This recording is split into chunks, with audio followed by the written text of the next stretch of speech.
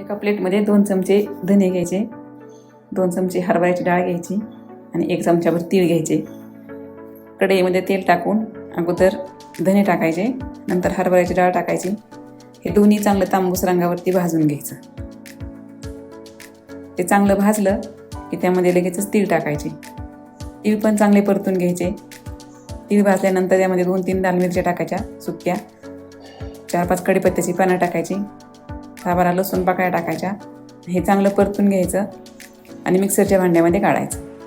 थंड झाल्यानंतर त्यामध्ये थोडंसं पाणी टाकायचं, चवीपुरतं मीठ टाकायचं आणि डोश्याला चटणी वाटतो तसं ते वाटून घ्यायचं.